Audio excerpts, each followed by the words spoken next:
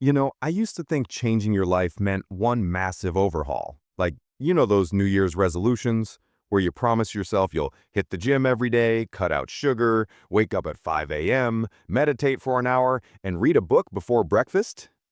Yeah. By January 10th, it's usually pizza, Netflix, and snooze buttons all over again. Been there, done that. And that's exactly where Tiny Habits by BJ Fogg comes in.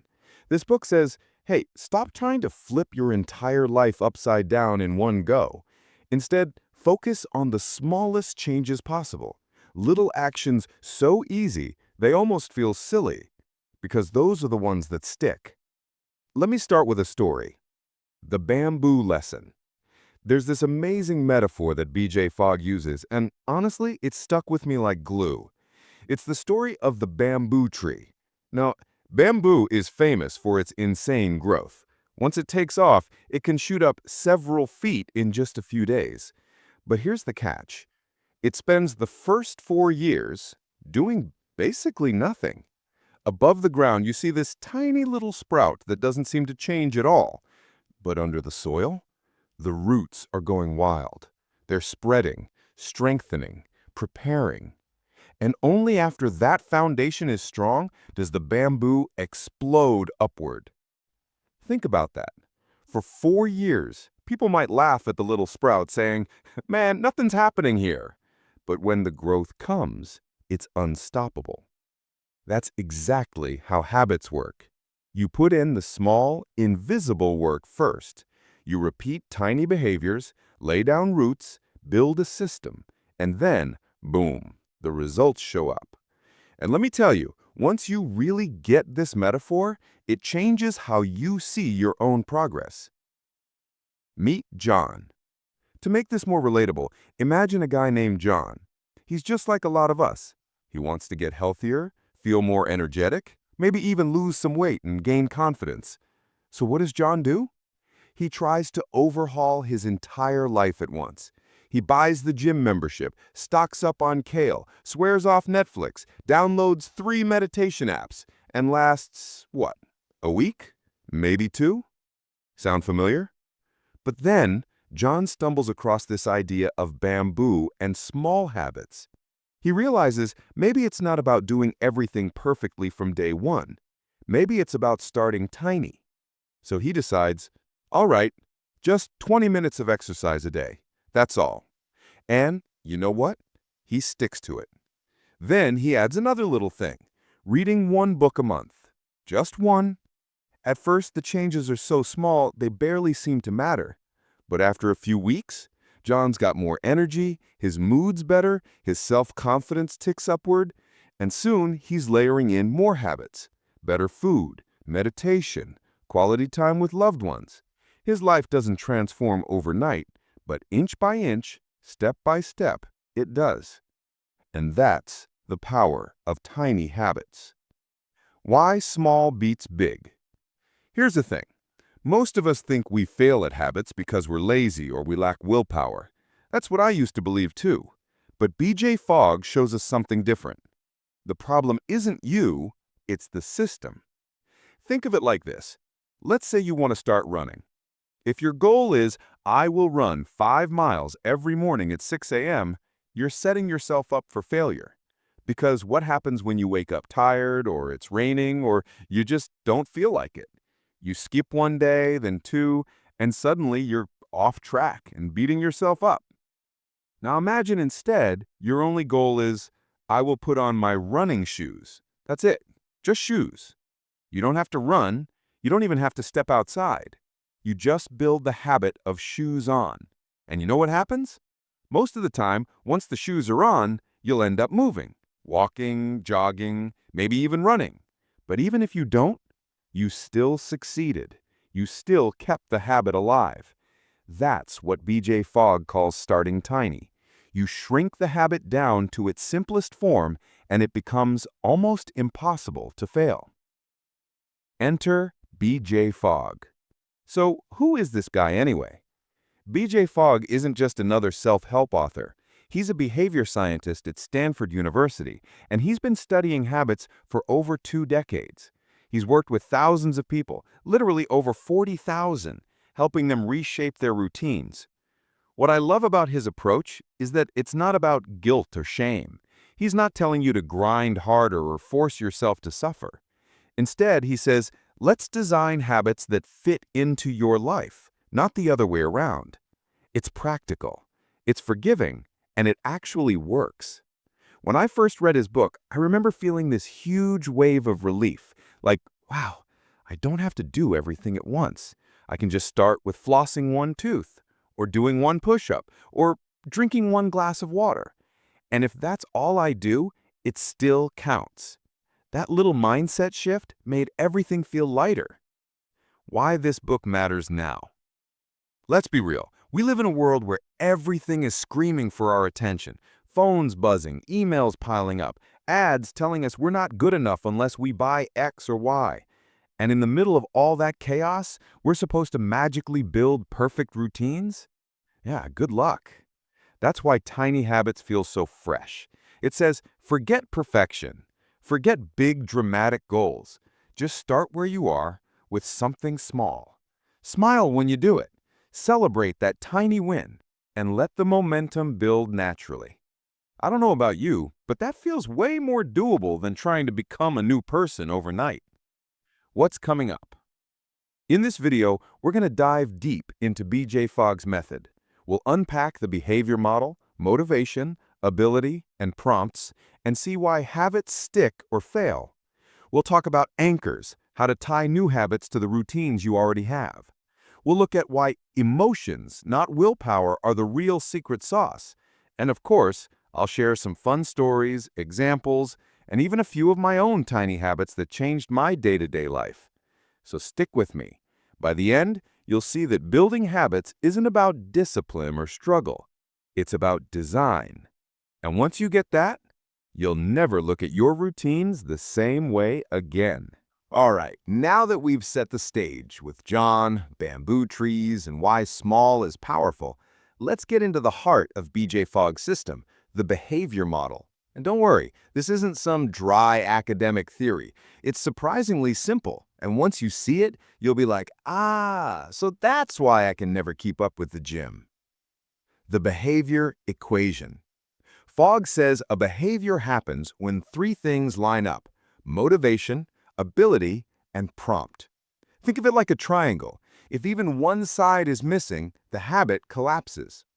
Motivation is your desire to do something. Ability is how easy it is to do. Prompt is the little nudge that tells you, do it now. Simple, right? But when you really start looking at your life through this lens, it explains, well, everything. Motivation, the unreliable friend. Let's start with motivation.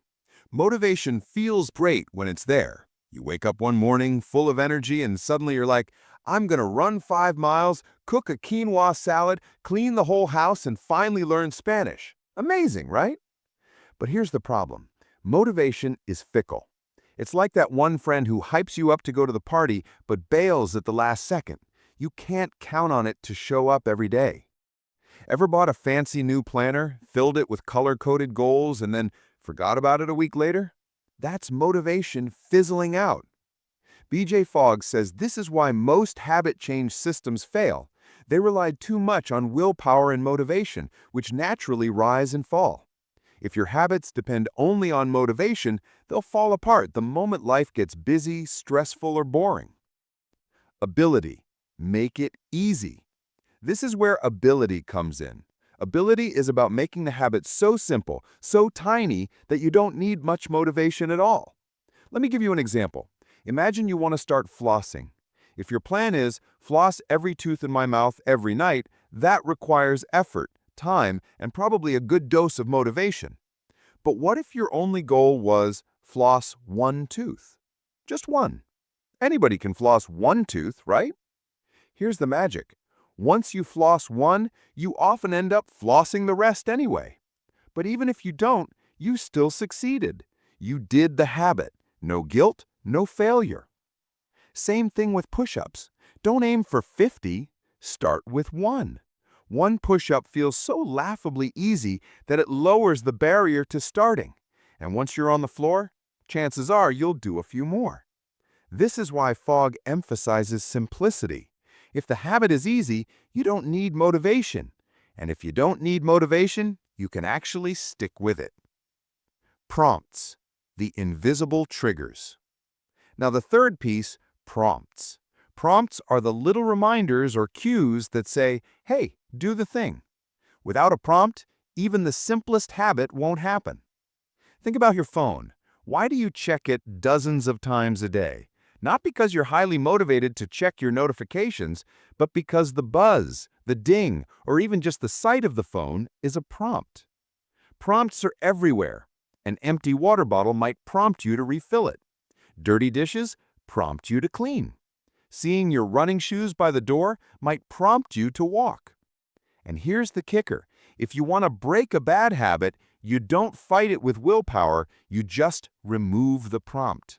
Hide the remote, delete the app, put the cookies on the highest shelf. No prompt, no behavior. This was a game changer for me. I realized that my late-night snacking wasn't about lack of discipline, it was about prompts. If chips were on the counter, I'd grab them. If they weren't in the house at all, the habit didn't even get triggered. The toothbrush anchor. Here's where Fogg's method gets really fun. He says the best prompts aren't external reminders like alarms or sticky notes. The best prompts are anchors, existing habits you already do every day. For example, after I brush my teeth, I'll floss one tooth. Or after I pour my morning coffee, I'll do 2 squats. See what's happening? You're chaining a new habit onto something that's already rock solid in your routine. You'll never forget to brush your teeth or make coffee, so your new habit rides on the back of the old one. I tried this myself with drinking water. I told myself, after I brush my teeth in the morning, I'll drink a glass of water. It sounds tiny, but it worked. That anchor was strong and the habit stuck. Why this model matters. Now, let's zoom out. The Fogg Behavior Model explains why so many of us struggle. Think of all the times you've said, I just need more discipline. Nope. You didn't fail because you're weak. You failed because your system was off. Maybe the habit was too big, ability problem. Maybe there was no clear trigger, prompt problem. Or maybe you were waiting for motivation to carry you, which is like waiting for lightning to strike every morning. Once you see it this way, you realize it's not about fixing yourself, it's about fixing the system. Story time, the TV example. Let me give you a fun example. One of BJ Fogg's students wanted to cut back on watching TV. At night, he'd plop on the couch, grab the remote, and hours would disappear. Sound familiar? So instead of trying to willpower his way out of it, he just unplugged the TV and put the remote in the drawer across the room. Suddenly, the prompt was gone. No glowing screen inviting him in. And the added friction of getting up, plugging it in, and finding the remote, too much effort. The habit faded naturally. I laughed when I read this because I had a similar trick. I used to waste so much time scrolling Instagram in bed. So I started charging my phone in the kitchen. No prompt, no scroll. I sleep better now, and honestly, I don't even miss it. Designing habits like Lego blocks. What I love about this model is that it makes habits feel like Lego blocks. You can design them, move them, stack them, remove them. It's not some mysterious force. You can play with it. Want to build a new habit? Boost your ability, make it smaller, add a prompt, tie it to an anchor, and stop relying on motivation. Want to break a bad habit? Remove the prompt, increase the difficulty, and motivation won't even matter. It's empowering. Suddenly, you're not a victim of bad habits, you're the architect of your routines. Teaser for what's next. And this is just the beginning, because in the next part, we'll talk about what really cements habits long-term. Spoiler alert, it's emotions. Not discipline, not motivation, not guilt, it's the way habits make you feel. I'll share why celebrating tiny wins is like rocket fuel for your routines, plus some hilarious real-life examples of how silly celebrations actually make habits stick. Trust me, you'll never look at a fist pump the same way again. So don't go anywhere. The next part is where we unlock the real magic of tiny habits. So far, we've talked about the bamboo tree metaphor, why small habits work, and BJ Fogg's behavior model, motivation, ability, and prompts. But here's the twist that blew my mind when I first read Tiny Habits. Habits don't stick because you're disciplined. They stick because of how they make you feel. Think about that. It's not repetition alone, not willpower, not guilt-tripping yourself. It's emotion. Emotion is the glue of habits. Why emotions beat willpower? Let me give you an example. Imagine you've decided to start running every morning. Day one, you wake up, lace up your sneakers, and hit the track. You feel amazing. Your body's buzzing. You're proud of yourself. Maybe you even brag a little to a friend. That emotional high, that's what wires the habit into your brain. Now picture the opposite. You drag yourself out of bed. You hate every step. You're miserable. And the whole time you're thinking, ugh, I suck at this. Guess what? That negative emotion teaches your brain the opposite lesson. Avoid this at all costs. Same action, different emotions, totally different outcomes. BJ Fogg puts it simply. Emotions create habits. Celebrating small wins. Here's where celebration comes in. Celebration is about creating positive emotions on purpose, right at the moment you do the habit. It might feel silly, but trust me, it works like rocket fuel. Fogg suggests doing something that makes you feel like a winner. Pump your fist, smile big, say yes, do a little dance. Even just telling yourself, I'm awesome, in a goofy voice can work. I know what you're thinking. Isn't that a bit cheesy? Yeah, it is. But guess what? Your brain doesn't care. It just knows you felt good, and that good feeling locks in the behavior. Let me share a personal story. When I wanted to drink more water, I made a rule. Every time I finished a glass, I'd raise it in the air like I just won a championship and say, Hydration Nation, baby! Yeah, my roommate thought I'd lost it, but it made me laugh every single time. And soon, finishing water wasn't a chore, it was fun. The habit stuck. Case study, the one-tooth rule. One of BJ Fogg's most famous examples is the floss one-tooth habit. He tells people, don't start with your whole mouth, just one tooth. And when you do it, celebrate, even if it's just a smile in the mirror. Sounds ridiculous, right? But here's what happens. That tiny success creates a positive emotion. And positive emotions make your brain say, do that again. Before long, you're flossing more teeth, maybe all of them, and the habit grows naturally, instead of being forced. It's like tricking your brain in the best way possible. Tiny wins, big momentum. Here's the bigger lesson. Tiny wins matter more than big goals. Most of us aim too high. I'll lose 20 pounds. I'll read 50 books this year. I'll save $10,000. Those are fine goals, but they're too big to celebrate in the moment. You can't lose 20 pounds in a day, but you can celebrate eating one healthy meal. Tiny wins give you momentum, and momentum is addictive. Think about a video game. Why do people keep playing? Because the game rewards you constantly. Points, levels, badges, sound effects. That's emotion in action. BJ Fogg says life should work the same way. Build rewards into your habits. Make them feel good right now, not just someday in the future. The mandolin story. Here's a story from the book that really stuck with me. There was a woman named Mowley who wanted to cook more at home, but she always fell back on takeout. It wasn't that she didn't care about her health. The problem was ability. Prepping veggies felt like a chore. Then one day, she visited a friend who had this kitchen tool called a mandolin slicer.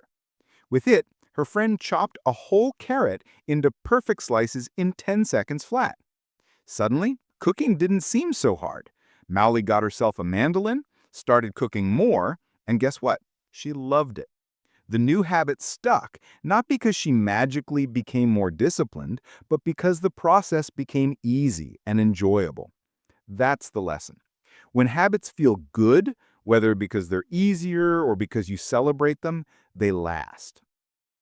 Anchors plus emotions equals super habits. Remember in part 2 when we talked about anchors? Anchors are existing routines you attach a new habit to, like brushing your teeth or making coffee. When you combine anchors with emotions, you've got a supercharged system. Example, after you brush your teeth, anchor, you floss one tooth, tiny habit, then smile and say, boom, nailed it. Anchor plus tiny habit plus emotion equals habit that actually sticks. I tried this myself with stretching. Every time I finished pouring my morning coffee, I'd touch my toes once, just once, and then I'd clap my hands and say, flexi and ready. It felt goofy, but it made me laugh every single time. And soon, stretching wasn't a chore, it was fun. The habit stuck. That's the magic formula in action. Why we fail without emotions. Now let's pause and think about all the habits we've tried and failed at. Why didn't they stick? Because most of the time, they came with negative emotions. You felt guilty when you missed a day. You felt like a failure when progress was slow. You punished yourself instead of celebrating. BJ Fogg flips that script. He says, stop obsessing over failure, focus on success, even the tiniest one. Each tiny success is a seed. Celebrate it, water it, and it'll grow into something big. This feels so different from the usual grind harder advice. Instead of beating yourself up, you get to cheer yourself on. It's lighter, kinder, and way more sustainable. Real life example, Sarika's stove. Here's another great example from Fogg students. Sarika wanted to build the habit of cooking breakfast at home, but she always felt rushed in the mornings. So she started with the tiniest habit possible, turning on the stove. That's it. She didn't even cook at first. Day after day, she turned on the stove and celebrated it. Some days she turned it right back off, and that was fine. But eventually, she thought, well, the stove's already on, I might as well boil some water. That turned into oatmeal, then eggs, then full meals. Her habit grew naturally, all because she started small, attached it to her morning routine, and celebrated even the tiniest success. Here's why this feels so different. What I love about this approach is it makes habit building fun. You're not dragging yourself through a miserable routine, you're creating positive moments that make you smile. Think of it like training a puppy. You don't scream at the puppy when it sits wrong, you reward it when it gets it right. That's how the puppy learns.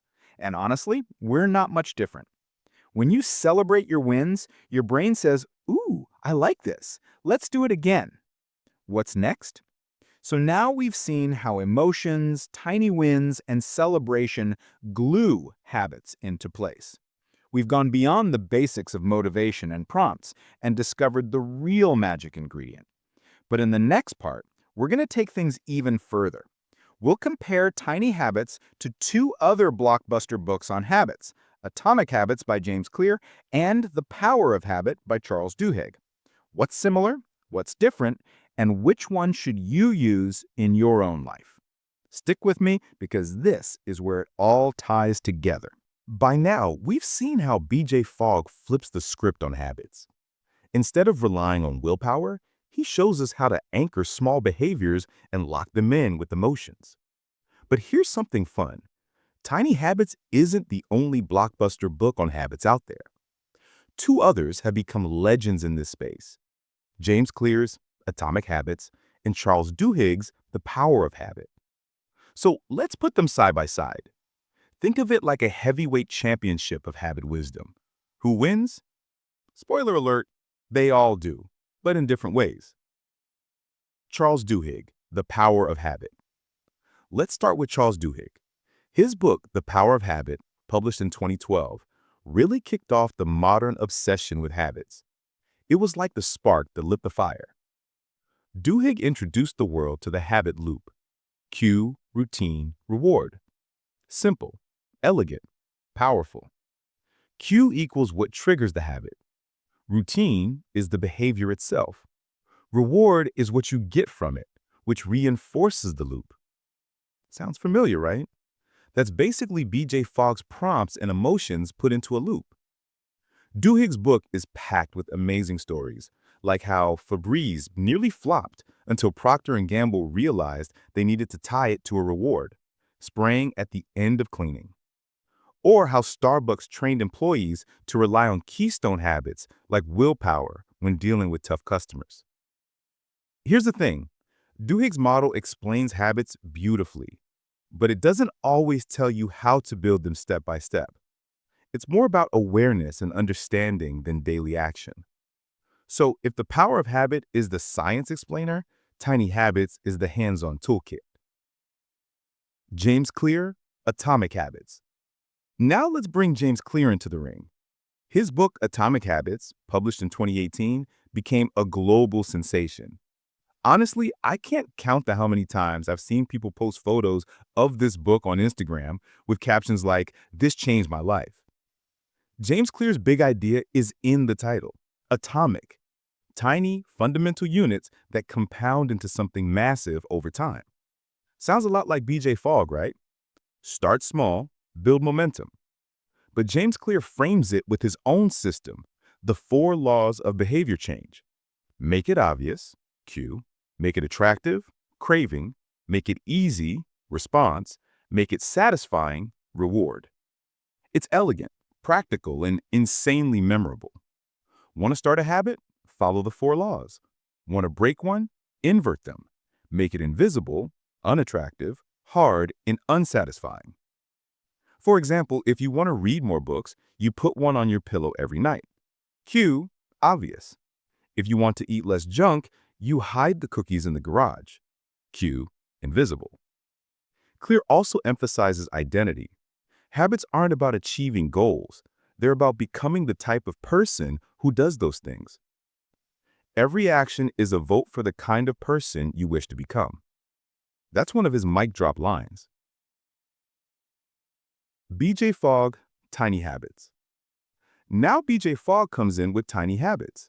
His model is less about rules or loops and more about design and emotion. He says, forget motivation, it's unreliable. Shrink habits to their tiniest form. Anchor them to routines you already do and celebrate tiny wins to lock them in. Where James Clear gives you a structured system, Fogg gives you flexibility and playfulness.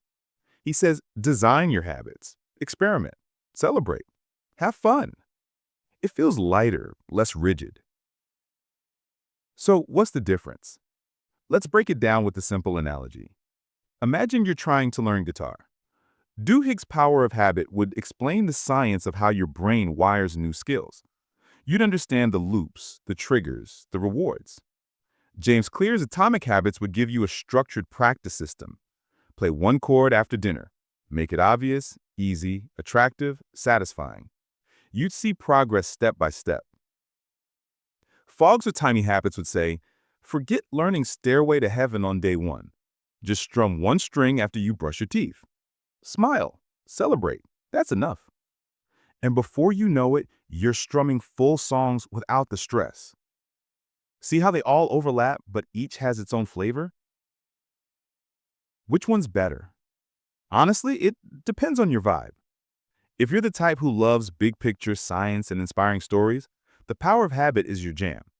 If you want clear, step-by-step strategies, Atomic Habits is the go-to.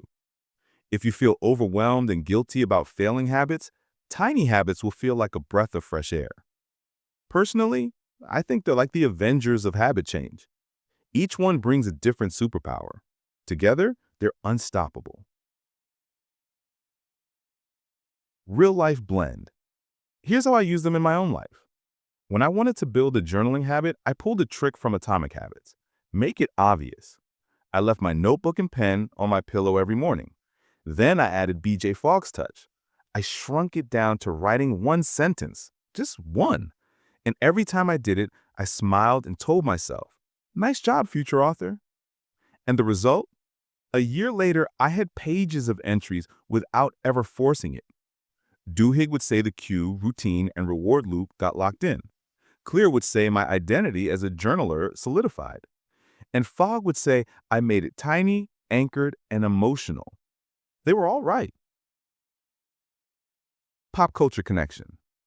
And you know what this all reminds me of? Training montages in movies. In The Karate Kid, Mr. Miyagi doesn't start Daniel with fancy karate moves. He starts with wax on, wax off, tiny habits. In Rocky, we see him running, punching meat, doing little daily routines. That's the compounding atomic habits. And the science behind those montages feeling so good, that's the habit loop in action. Cue, routine, reward. Movies romanticize it, but in real life, these books give us the actual blueprint. Why Fogg's approach stands out. One last note here. I think BJ Fogg's greatest gift is compassion. So many of us feel guilty about failing at habits. We think it means we're weak. But Fogg says, no. It just means your system wasn't designed right. That's such a relief. Instead of shame, he gives you permission to start small, celebrate, and enjoy the process. And honestly, that's why tiny habits resonate so deeply for me. All right, friends, we've covered a lot of ground so far. We've met John and the bamboo tree, broken down the behavior model, celebrated small wins, and even compared tiny habits with atomic habits and the power of habit. Now it's time to bring all of this into your own life. Because let's be real, it's one thing to nod along with a book summary, and another thing entirely to actually live it. So here's BJ Fogg's step-by-step playbook for turning tiny habits into real change. Step 1. Start tiny. Seriously tiny. I know, I've said it 100 times already, but it's worth repeating. Shrink the habit down to the tiniest version possible. Want to start flossing? Floss one tooth. Want to start exercising? Do one push-up. Want to meditate? Take one deep breath. It almost feels too easy, and that's the point. By making the habit so small, you remove the friction. You make it fail-proof. When I wanted to build a stretching habit, I started with touching my toes once in the morning. Just once. I'd pour my coffee, bend over, touch the floor, and say, boom, done. Some days, that's all I did. But most days, once I started, I stretched longer. And over time, that one move snowballed into a whole morning routine.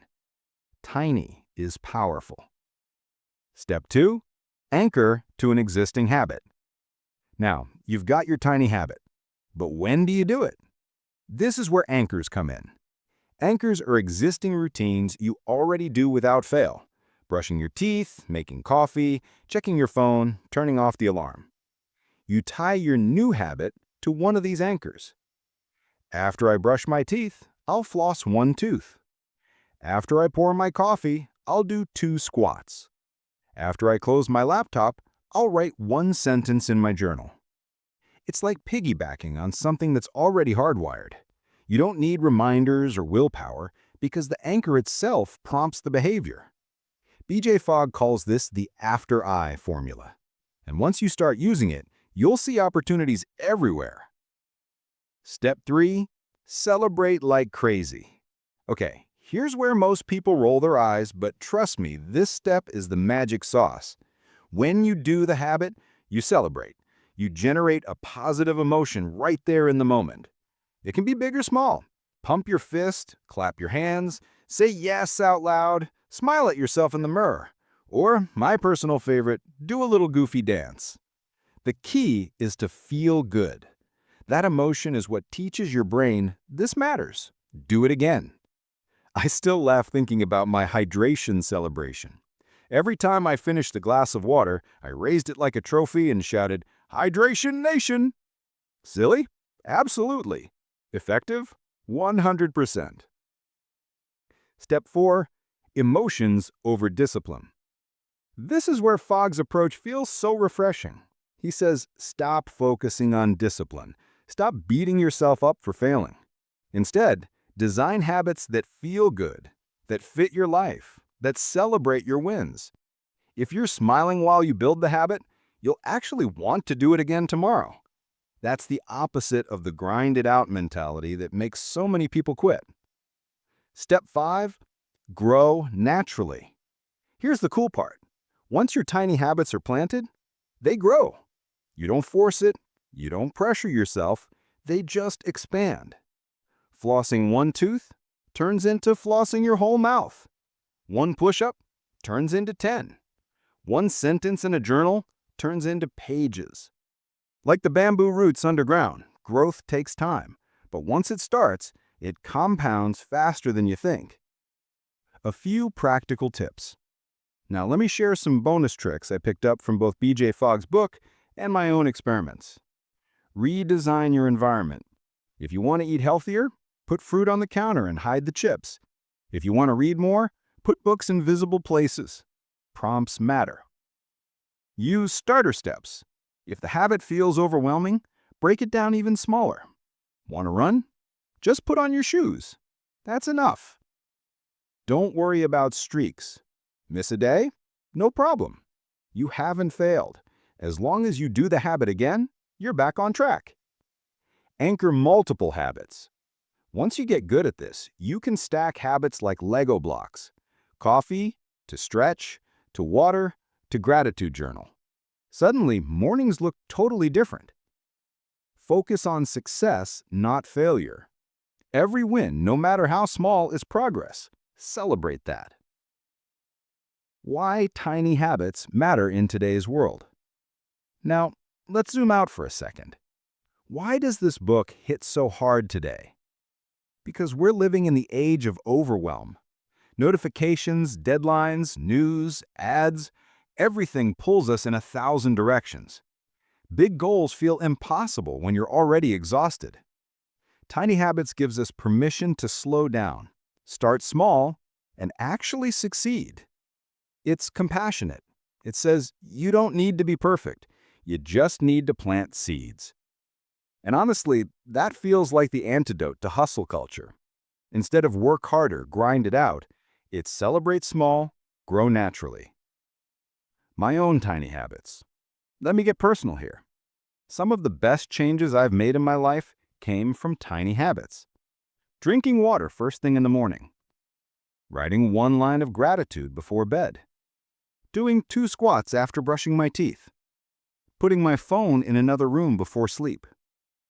None of these felt life-changing at first, but over time, they've made me healthier, calmer, and way more focused. And the best part is, they never felt like chores. They felt easy, natural, even fun. The bigger lesson. Here's the truth. Your life doesn't change from one big dramatic decision. It changes from the small, invisible things you do every day. The bamboo roots underground.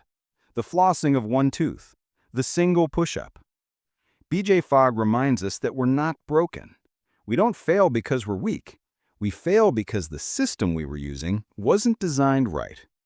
And once we fix the system, once we start tiny, anchor smart, and celebrate often, everything shifts.